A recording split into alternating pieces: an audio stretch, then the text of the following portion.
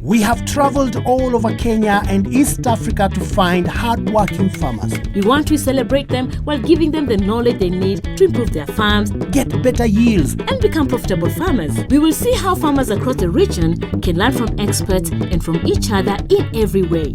Join us and our experts on this journey and share their families' experiences as they make these changes. Karibu to the Shamba Shape Up Safari.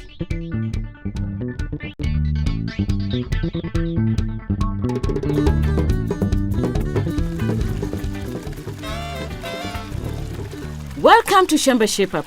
We are near Arusha town in Tanzania, where agriculture is a main activity.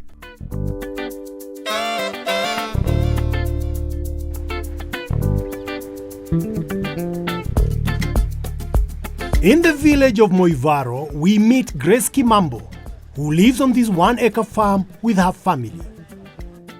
She grows many different crops on her shamba, such as beans, bananas, amaranth, and cassava, which she sells at the local market. But lately, her crops are not doing well. We have come to see the farm and give her some advice.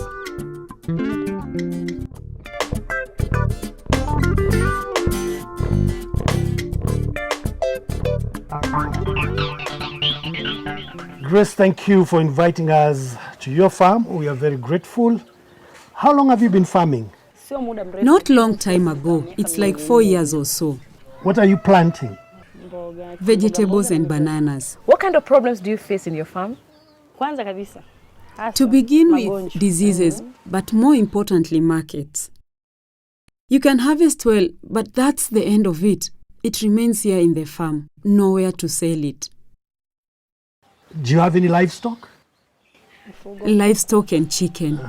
Grace, how can Shamba Shape Up help you? Since you have seen how things are here, they don't look nice. For me, what I need most is the knowledge, more than capital. Well, that's why Shamba Shape Up is here. They're going to give you technical advice and make sure that you're shaped up.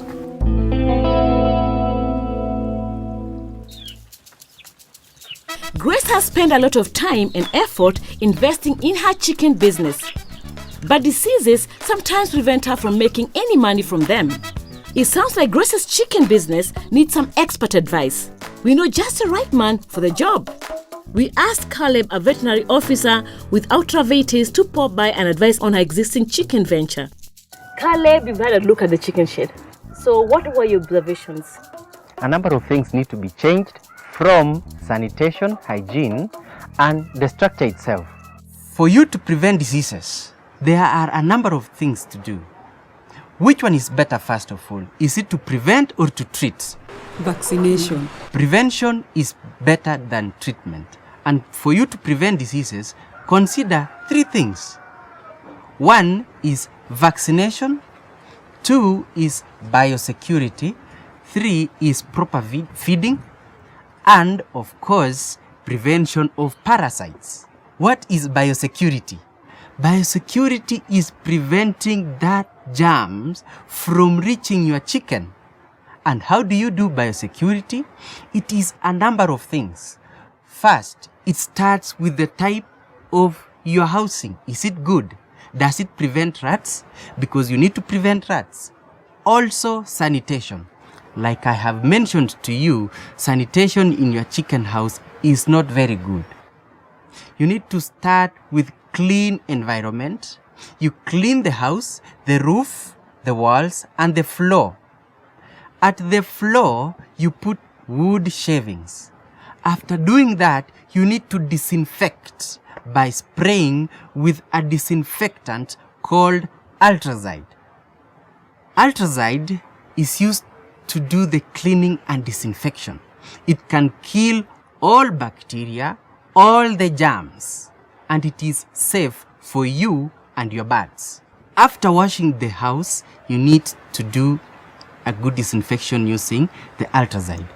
Also, remember the feeders and the drinkers, you clean and also disinfect with Ultrazide. Disinfecting the house is only the first step to stop diseases in the chickens.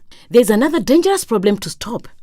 The second thing you need to do in biosecurity is prevention of rats. you need to keep in mind that rats bring in diseases, they feed on the feeds of your birds, also they eat the chicks and even your chicken. They eat the eggs. So you need to prevent in whatever the way. The best way to prevent rats is using Lanirat. This is a rodenticide specially meant to prevent rats, and it is very good. Why? Because it can attract the rats that you have said are hiding themselves in holes or in the bush. It can attract. It has very good smell that pulls the rats, and once a rat has eaten, it must die. Another good thing about it is that this does not kill the rats instantly.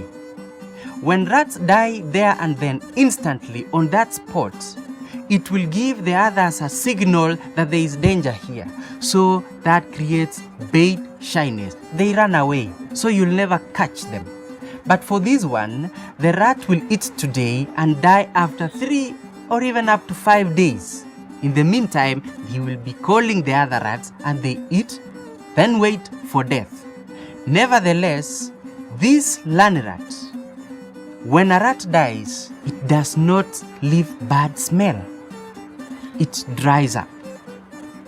So it also has an antidote. If a child by accident eats Lanirat, you take to the hospital and is given vitamin K, and the child will not die. It has an antidote. So it is fairly safe. Apart from biosecurity, the next thing you need to do in preventing diseases is vaccination.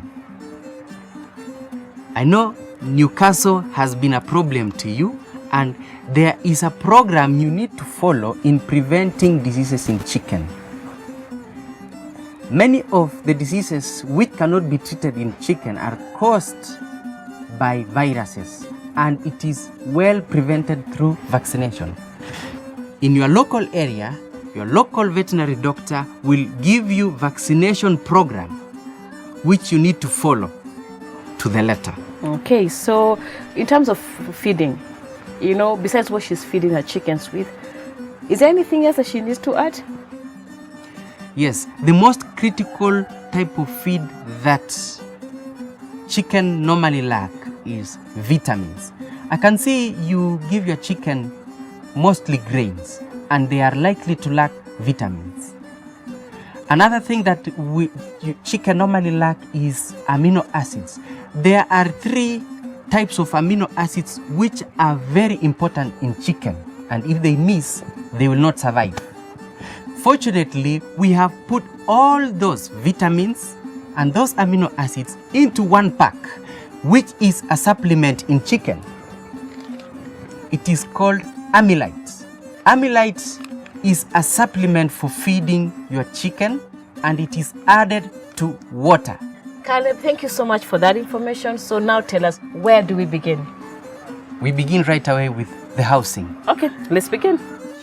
If Grace is serious about rearing healthy broiler chickens, she must stick to the hygiene rule book. The first step is to clean the chicken house, removing all the dust and cobwebs and the old droppings and rubbish from the floor.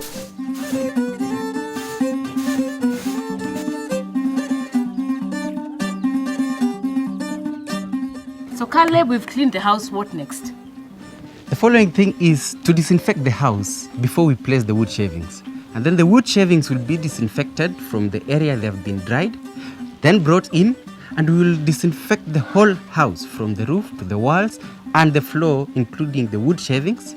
After that, we clean and disinfect the drinkers and the feeders and place in there. In the drinker, we shall add water having vitamin amylite. After placing, we will finally do a trap of rats using Lanirat. To place Lanirat, cut a hole in 2 ends of a cardboard box. Sprinkle the bait into the box and close the box, then put the box next to the chicken house near the bushes where the rats will pass. While Naomi was busy with the chickens, I took time to have a word with the young people at home and find out what Shamba Shape Up could do for them. So as young farmers, how would you like Shamba Shape Up to help you, Caleb? The great thing which you can do and which will help is education, because we say education is the strongest weapon in the world. So just education about the farming, education about how can youth participate in agriculture, how can the youth have good product in agriculture. Best is education. That's all. That's all I can say. And how about you? For me, I would like Shamba Shape Up to help us get loans. We need finances to enable us do farming. Thank you so much. We'll work on that. Now, that will be my homework. I need to find them an expert on youth farming. Along with changes in temperature, climate change also brings changes in rainfall amounts and distribution patterns.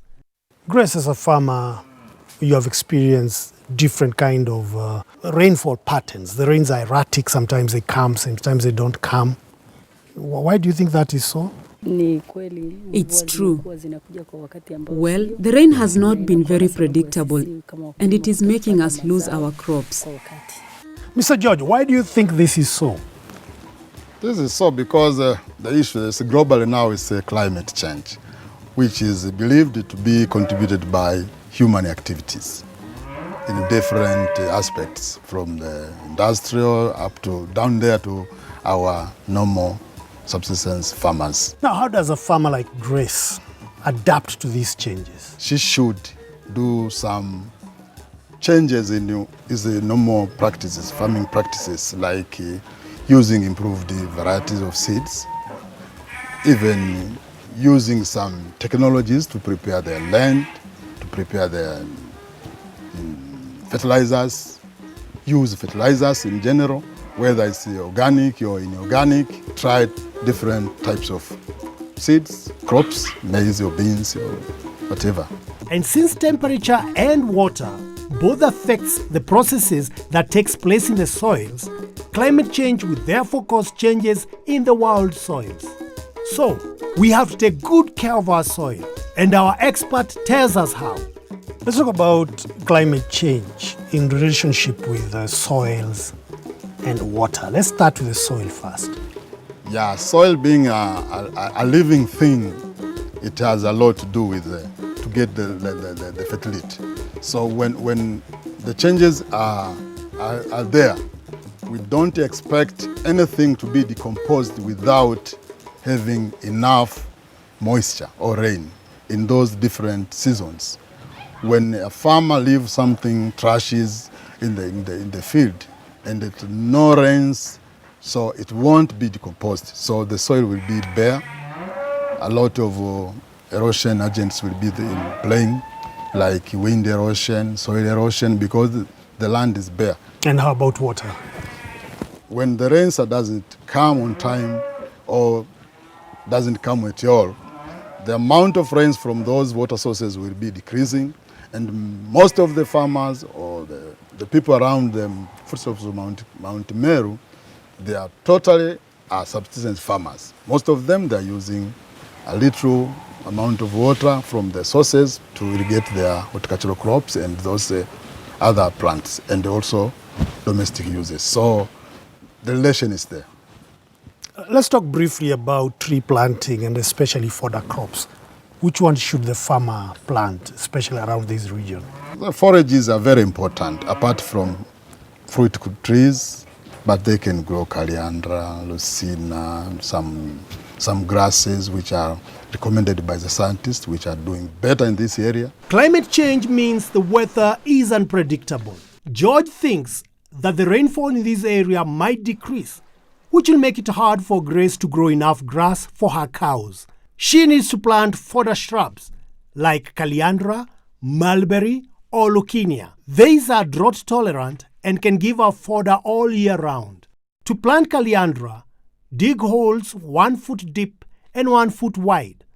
Plant the seedlings and water well. The shrubs should be 1 meter apart.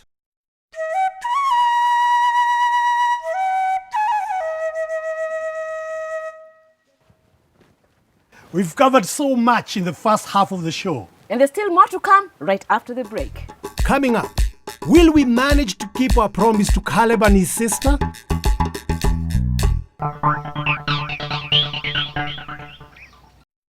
To receive all Shamba Shape Up leaflets, SMS the word all with your name and address to 30606. If you'd like to receive just the leaflet for this farm, SMS farmer, that's the name of the farmer, with your name and address to 30606.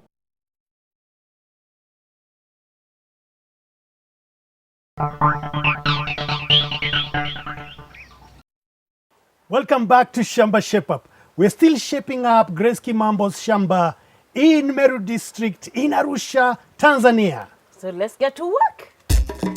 Before the break, we had advised Grace on the proper way to manage her chickens. We also had a chance to look at climate and use of natural resources. And still, we have a lot of advice for her. Now, consistent healthy yields don't just happen by accident on a shamba. It takes careful planning to condition the soil for best results. And this is where a soil test is vital to the success of any shamba. And we have the results. Timothy, I can see you are ready with the soil test results for Grace. Yeah. Could you tell us how it reads? Yeah, Grace Kinambo is a very good farmer. However, the soil acidity on her farm is 5.1. Therefore, Grace will be required to add agricultural lime in your farm.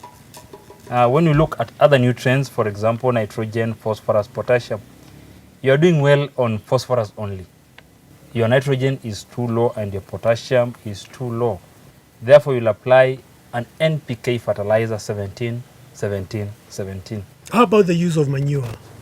Yeah, she's using good manure on her farm, but to improve more on soil health, Grace will be required to add 1 ton of manure on your farm again. That's what you should do to improve your soil health. If you don't have manure from cow dung, then you can use chicken droppings. If you don't have chicken droppings which are enough for your farm, then use plant residues to make your own compost for your farm. Timothy, what other crops can she grow? Potatoes, Irish potatoes, onions. And lastly, you must use certified seeds from an agrovet. Those ones will give you higher yields and ensure that every time you weed your farm, so that the weeds do not take up the nutrient elements in your farm. Grace has learned a lot from the experts about her chickens, protecting her soil and cows from drought, and how to improve her soil. She has started putting the lessons into action, but she still needs a little bit of help with her vegetable garden. So Grace, what do you have in your vegetable garden?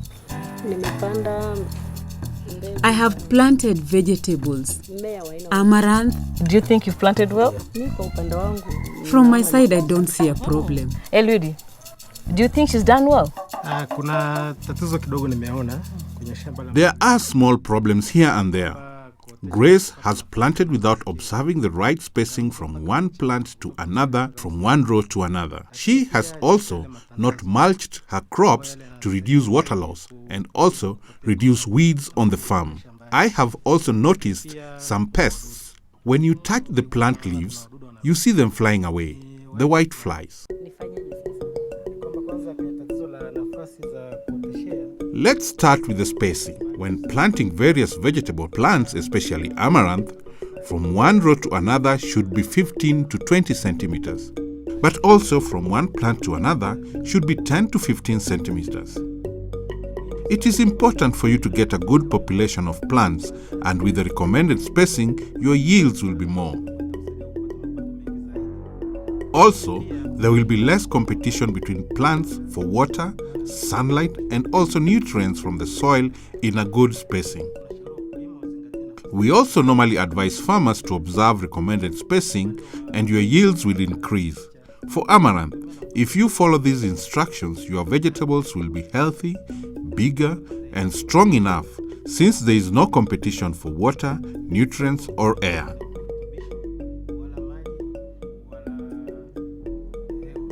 Turning to insects or pests, well, it's a common problem. Most varieties of vegetables are prone to attacks by insects. So we advise farmers to follow instructions and guidelines on dealing with pests by using pesticides to prevent insect attacks.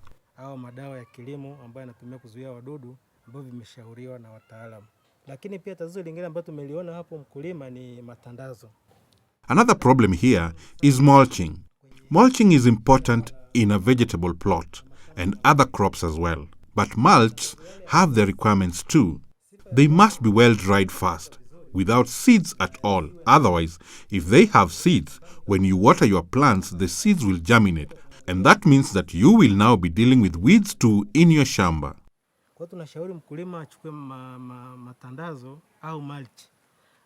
We advise farmers to use well-dried, seedless mulch like banana leaves to spread on the shamba.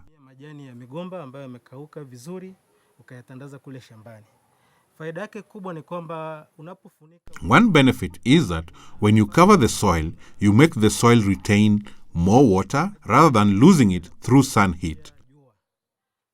If the sun gets to the nursery or the soil, more water is lost through evaporation, yet your plants needs the water to grow and mature.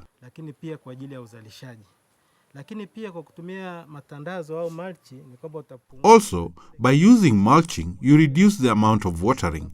If, let's say, you used to water twice, thrice, or 4 times, you will just water once in a week. Since your mulch will prevent water loss, another benefit is after a while, in the farm and continuous watering, the mulch rots away and becomes compost manure. When the next season is ready, you will find that your shamba has good nutrients for your plants and for you to get better yields in the following season. Earlier on, I'd asked the young people in the family what they need to be able to go into farming. After hearing that they need more education and access to support, we asked an expert to visit us and tell us what the government of Tanzania can do for them. Fewer youths are getting involved in agriculture, but this is due to various reasons. One is capital. Another is lack of land to till, as traditionally all land and agriculture is for older people. These are some of the reasons why youths are not getting involved in agriculture. Also, as youth, agriculture has a lot of challenges. For example, in this region, you can till the land, but it's not fertile and it's seasonal, and so you may end up with nothing in a season, just because the soil is not productive. Also, the same farm is used for other crops by your parents. You may want to grow vegetables, but then they have bananas. So in that environment, bananas and vegetables will not intercrop well. The bananas will be shading the vegetables, and this makes the vegetables not do well. These are some of the challenges that stop the youth from bothering. There is this habit of inheritance, and I will talk to Mama about it. Inheriting what your parents are growing is not good at all. We have to change and align our farming with modern ways of farming. If your parents are growing bananas and for many years you're not getting enough, remove the bananas and plant something that will do well and meet your needs. Plant tomatoes, onions. You can also search the markets and see what is needed, something that you can benefit from very quickly. All right, I can work on the farm. Me as a person. But not all youths have the knowledge. They just do it just because they have to. No education. So you just dig and plant plants will grow. Plant tomatoes, plant vegetables, and the crops will grow. That's over for them, nothing more. So not all of them have the information. That is why you find someone tilling a quarter acre is producing more than one who has 7 acres who is producing very little. This is because the one of the quarter acre is using modern technology to do his farming. So for me, where do I get those new farming techniques? As an authority, we have started investment or entrepreneurial groups or basket savers or circles for people to save and borrow. You can get capital and a chance to afford farm inputs. If you have started farming and you are stuck somewhere and you have joined these production groups, you can be financed to buy various farm inputs. But also as an expert, we advise you not to just focus on tilling the land. Learn other things that you can do off-season that can help you generate more income.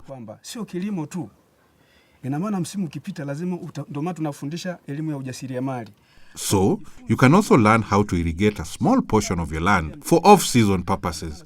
You just don't sit and wait. Kwamba unaweza ukafanya shughuli zingine, kwa maana ya kwamba kilimo kiendane na biashara, kwamba sio lazima uwe mkulima tu. Of course, once you plant, there are periods in between before weeding or harvesting. What can you do during that period? Uhitaji bado muda wa kupalilia haujafika, utakaa tu. We can see that it is important for young people to get into farming and agribusiness. And to do this, they need all the services available to them. The governments of all the East African countries are very keen to encourage the youth to take up this challenge. And we hope that Caleb and his sister do so.